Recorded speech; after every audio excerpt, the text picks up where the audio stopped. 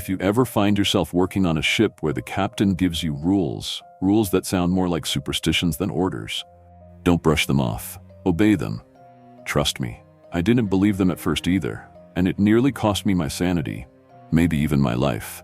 Because some rules aren't meant to be broken. Some rules exist to keep things out, or keep something in. If you like stories that remind you why the dark is best left alone, make sure to hit that subscribe button and stick around for more chilling tales.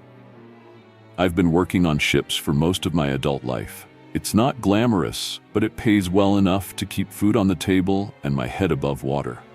That's all I've ever really asked for. A paycheck, some solitude, and a horizon that stretches forever. I guess you could say I'm a man who runs away from things. Cities, relationships, responsibilities that don't fit into a sea bag. None of it suited me. I like being untethered. I like the ocean because out here, no one's looking for you. You're just a name on a manifest and a body that knows how to pull its weight. So, when I got a tip about a position on a cargo ship called the Marlowe, I didn't ask too many questions. The ad didn't explain much, just that they needed an experienced deckhand for a voyage of indefinite length. That was odd. Most shipping companies operate on tight schedules, but beggars can't be choosers. I was 2 weeks late on rent, and the landlord had stopped pretending he wouldn't change the locks. When I arrived at the dock that gray morning, I could tell the Marlowe was not your average vessel. It sat low in the water, heavy with cargo that no one seemed to be loading or unloading. Its paint was chipped, its metal hull pitted with rust. But it wasn't age that bothered me. It was the feeling I got when I looked at it. The ship seemed wrong, like an old house no one should still be living in. The air around it felt heavier, stale. I shook it off as nerves and climbed aboard, duffel bag slung over my shoulder. The crew was small, just 12 of us, including the captain. I expected the usual greetings when I came up the gangway, some gruff nods, maybe a joke about the new guy. Instead, the others avoided my eyes. They moved quickly, their boots silent on the deck as if afraid to draw attention to themselves. The captain was waiting near the bridge. Captain Greaves, a tall man with a gaunt face, like someone who'd spent too many years on the water and lost pieces of himself along the way. His eyes were sharp and watchful, but there was something hollow behind them, like the spark of humanity had burned out long ago. He held out a gloved hand. "You're Caden Cross? That's me." I shook his hand. His grip was firm, but his skin was cold even through the glove. "Good, follow me." He didn't waste time with pleasantries. I trailed him into the crew mess where the other men were waiting. They looked as if they'd been summoned against their will, slouched in the chairs, their faces pinched with unease. Captain Greaves stood at the head of the table and addressed us. "Listen closely," he said. "On the Marlowe, there are rules. Follow them to the letter, and you'll finish this voyage in one piece. Break them, and you might not make it back to shore." I thought he was joking at first, laying on some old sailor superstition for the benefit of the greenhorns. But the faces around the room were deadly serious. I glanced at the man closest to me, a burly guy with a tangled beard. He didn't look back. "These rules are not negotiable," the captain continued. "Memorize them. Live by them. The sea does not forgive mistakes." Then he listed the protocols. "Do not look into the water at night. Lights must remain dim after dark. No speaking above a whisper during nighttime hours. Never open the locked cargo hold." No one asked questions. The men just nodded along, like this was the most reasonable thing they'd ever heard. I wanted to laugh. Don't look into the water. What did that even mean? But I kept my mouth shut. When you're the new guy, you learn fast to pick your battles. Captain Greaves dismissed us after that. As I moved to grab my bag, I felt a hand on my arm. I turned to see the bearded man staring at me. His eyes were dark and sunken, the kind of eyes that have seen things you wouldn't believe. "You're new," he muttered. "Yeah, just signed on." "Then don't be stupid," he said. "Follow the rules." And with that, he walked off, leaving me standing there, half amused and half unnerved. I spent the rest of the day getting to know the ship. The Marlowe was smaller than most cargo vessels I'd worked on, but it felt bigger somehow. The hallways seemed too long, the cabins too far apart. It was easy to get turned around below deck, where the fluorescent lights buzzed faintly, flickering now and then like they couldn't decide whether to stay on. My bunk was in a cramped room with 3 other guys. None of them spoke much, but that suited me fine. I was used to silence. One of the men, a skinny kid named Liam, couldn't have been older than 20. He flinched whenever anyone walked past him, as if expecting a slap on the back of the head. The other 2, Carl and Harris, were lifers, guys who'd been on the sea so long they probably wouldn't know how to live on land anymore. We ate dinner in silence that night. The food was plain: boiled potatoes, overcooked meat, and coffee strong enough to strip paint. The quiet felt oppressive, broken only by the clatter of forks against metal plates. I didn't know if it was the atmosphere of the ship or the rules hanging over my head, but something about that meal made my skin crawl. Afterward, I climbed up to the deck to get some fresh air. The sun was setting, throwing streaks of red and orange across the horizon. For a moment, it was almost peaceful, just the gentle rocking of the ship and the endless expanse of water all around us. Then the lights dimmed. It happened all at once. 1 second, the deck was lit by the yellow glow of the overhead lamps.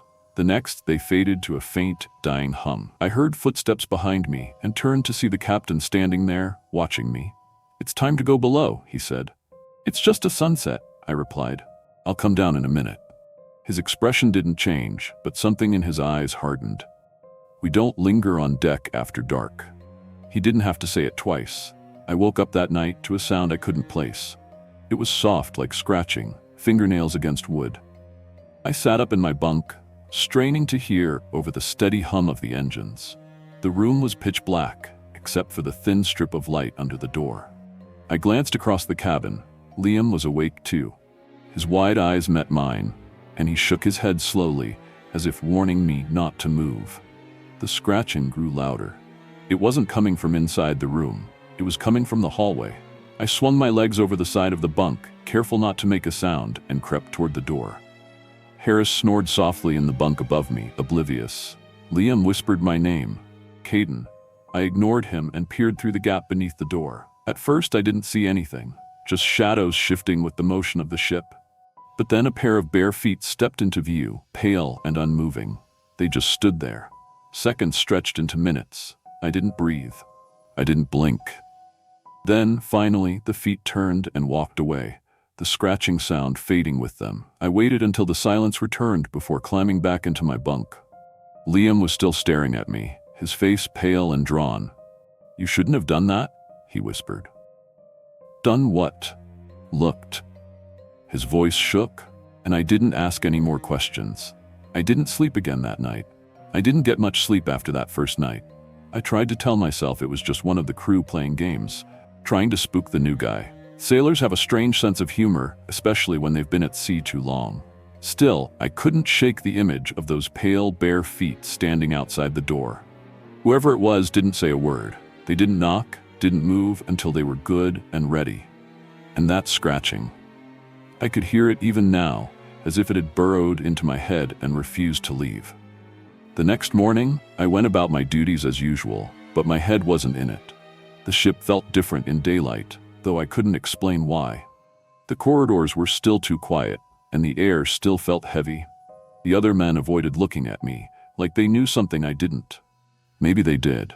I caught up with Liam while we coiled ropes near the stern. He was pale, more so than usual, and moved like a man who hadn't slept in days. I had half a mind to ask him about last night, but I didn't want to seem weak or rattled. Instead, I played it casual. "You all right, kid?" He nodded without looking up. "Yeah, just tired." "Rough night?" He stopped coiling and looked at me with those hollow eyes. "You heard it too, didn't you?" I froze, my fingers tightening around the rope. "What are you talking about?" "The scratching." My throat went dry. "What is it?" He glanced over his shoulder, then lowered his voice to a near whisper. "You don't want to know." "That's not an answer. It's the only one I've got." He turned back to his work, and I knew I wouldn't get anything else out of him. But his words sat heavy in my chest. "You don't want to know."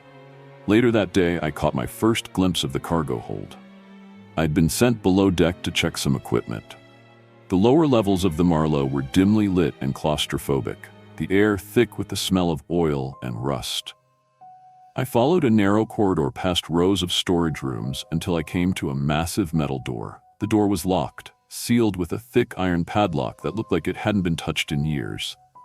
But that wasn't what stopped me in my tracks. It was the sound. Something was moving on the other side. At first, I thought it was my imagination, or maybe just the ship groaning as it cut through the waves. But the longer I stood there, the more certain I became. There was a faint, rhythmic thump coming from behind the door, like something heavy shifting inside. I leaned closer, pressing my ear to the cold metal, and for the briefest moment, I could swear I heard something else. A low, wet breathing. I stumbled back, my pulse pounding in my ears. "What the hell are you doing?"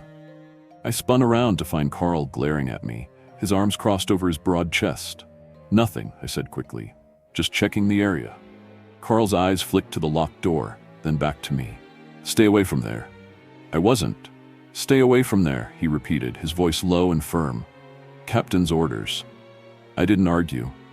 Something about the way he looked at me made my skin crawl, like he knew exactly what I'd heard. Without another word, I turned and headed back the way I'd come, my boots echoing on the metal floor. But as I walked, I couldn't shake the feeling that something was listening. That night, Liam disappeared. It started with shouting. I was lying in my bunk, staring at the ceiling, when I heard someone yelling on deck. At first, I thought it was just a fight. Sailors get into it sometimes when the stress boils over. But then I heard Liam's voice. "It's in the water." The words sent a chill down my spine. I scrambled out of bed and rushed to the deck, Harris and Carl close behind me. The night air was sharp and cold, the ship rocking gently beneath my feet. A group of crewmen had gathered near the railing, their faces pale in the dim light. And there, standing at the edge, was Liam. He was staring into the water, his hands gripping the railing so tight his knuckles had gone white. His lips were moving, but the words were too soft to hear. "Liam," I called.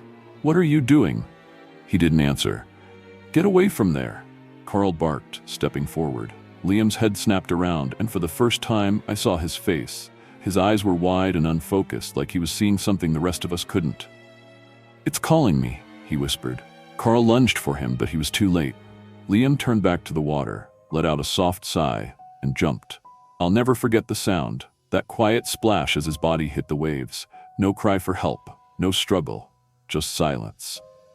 We all stood there, frozen, staring at the dark water. The captain arrived a few moments later, his expression cold and unreadable. "What happened?" he demanded. Carl shook his head. "The kid, he jumped." Captain Greaves didn't say anything. He just looked out at the water for a long time, his face set like stone. Finally, he turned to the rest of us. "Get below deck." Now. No one argued. Back in my bunk, I couldn't stop shaking. I kept replaying the moment in my head. Liam's face, his empty eyes, the way he whispered, "It's calling me." I wanted to believe he'd just lost it, that the stress of the voyage had gotten to him. But deep down, I knew better. I'd heard the scratching, I'd heard the breathing, and now Liam was gone. Harris broke the silence. "Poor kid," he muttered. "Should have kept his head down." I looked at him. "What are you talking about?" He shrugged, his face unreadable. "This ship, it gets into your head if you let it. That's why we've got rules. You follow them, you stay alive. And if you don't..." He didn't answer. Carl, who'd been sitting quietly in the corner, finally spoke up. "You think you're the first to hear things on this ship?" I swallowed hard. "What do you mean?" Carl's eyes met mine, and for the first time I saw fear in them. "There's something down there," he said. "In the cargo hold. I don't know what it is, and I don't want to know, but it's alive." I thought about the door, the sound of something shifting behind it, the heavy, wet breathing. "Why don't we get rid of it?" I asked. Carl laughed bitterly. "You think the captain doesn't know? You think any of us would be here if we had a choice?" Harris shot him a warning look, but Carl ignored it.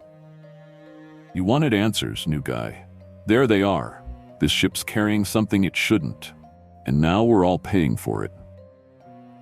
The room fell silent. I lay back in my bunk, my mind racing. Part of me wanted to believe Carl was just trying to scare me, but I couldn't shake the feeling that he was telling the truth. There was something on this ship, something that shouldn't be here. As I drifted into an uneasy sleep, I heard the scratching again.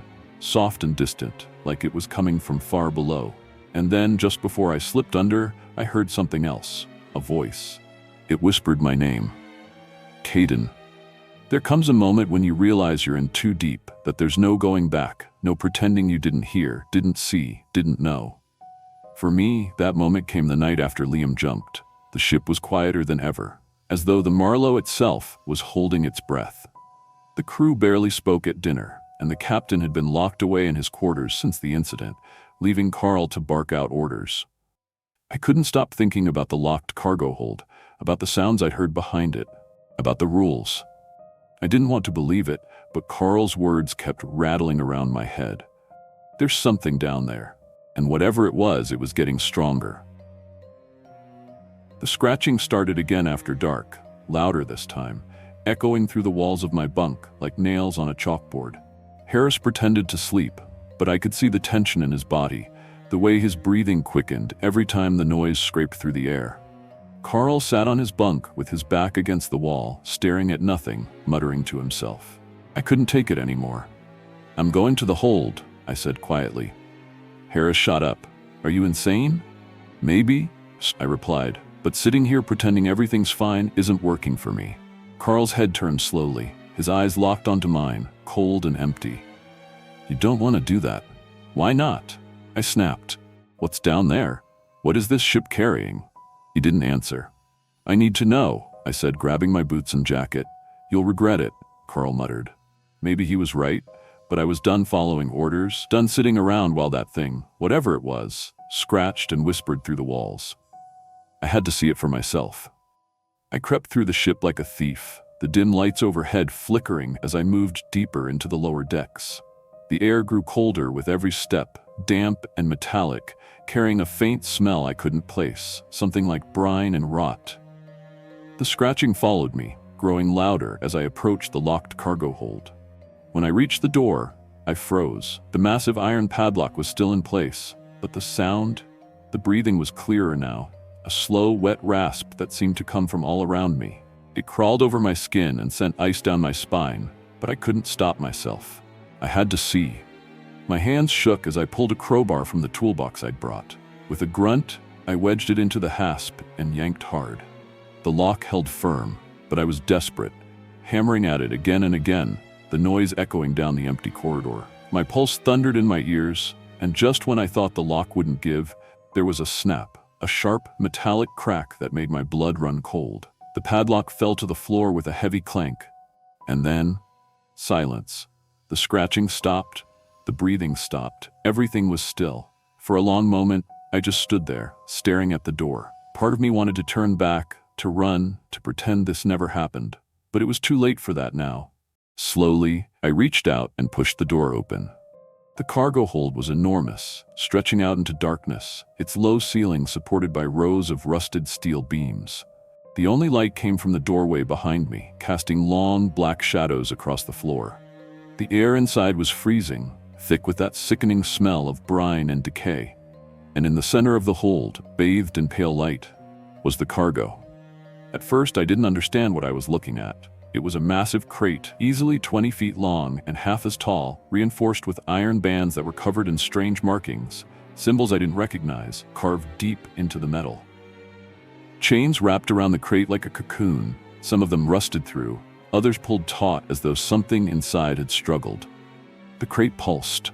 I stepped back, my chest tightening. It wasn't my imagination. The crate was moving, rising and falling with a slow, unnatural rhythm, like the lungs of some great sleeping beast. And then I heard it. The whisper. It started faint, a soft, slithering voice that seemed to come from inside my own head.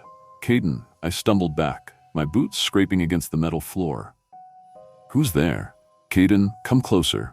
"No." I spun around, but the doorway behind me had vanished into darkness. "You open the door," the voice hissed, its tone wet and gurgling, like something speaking from deep underwater. "Let me out." My legs refused to move, rooted to the floor by some invisible force. I looked back at the crate. The chains were trembling now, vibrating like taut wires. The symbols on the iron bands glowed faintly, their edges burning with a pale, unnatural light. "Let me out, and I'll show you." "Show me what?" I whispered, my throat dry. "The truth."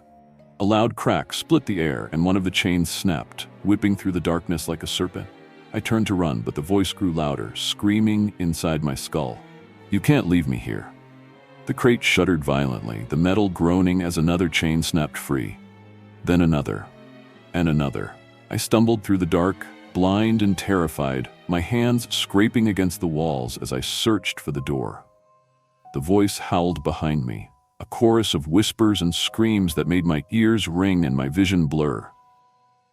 "I'm coming, Caden." I don't know how I found the exit, but suddenly I was back in the corridor, the heavy door slamming shut behind me. I fumbled with the padlock, my hands slick with sweat, and snapped it back into place. My heart thundered in my chest as I staggered backward, gasping for breath. The scratching started again, but now it was frantic, violent. Whatever was in that crate knew I'd been there, knew I'd seen it, and it wasn't going to stop. I found Carl and Harris in the mess hall, their faces pale and hollow. They looked up as I stumbled in, still shaking, my clothes damp with sweat. "You opened it, didn't you?" Carl said. I didn't answer. Harris slammed his fist on the table. "You stupid bastard, do you know what you've done?" "What's in the crate?" I demanded. Carl shook his head, his jaw tight. "You don't want to know." "I already do," I snapped. "I heard it. I saw it." Carl's eyes narrowed. "Did you let it out?" "No." He let out a long breath, slumping back in his chair. "You have no idea how close you came." "What is it?" I asked again, my voice trembling. Carl glanced at Harris, who looked away. Finally, Carl leaned forward, his voice low.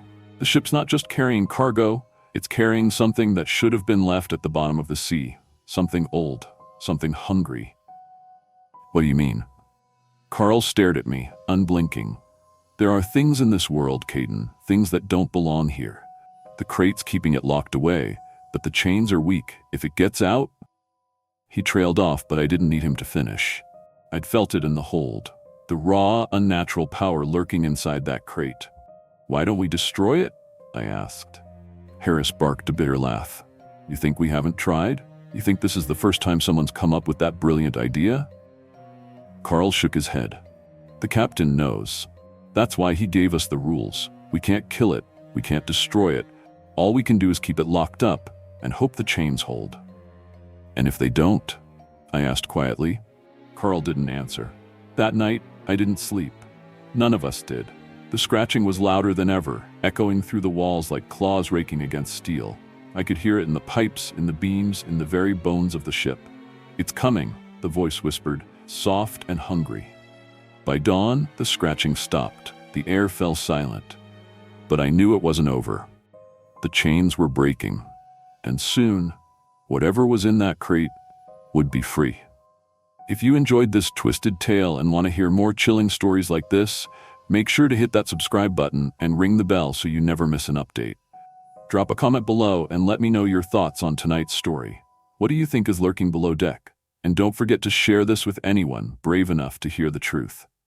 Stay tuned for more nightmares, and remember, the darkness is always closer than you think.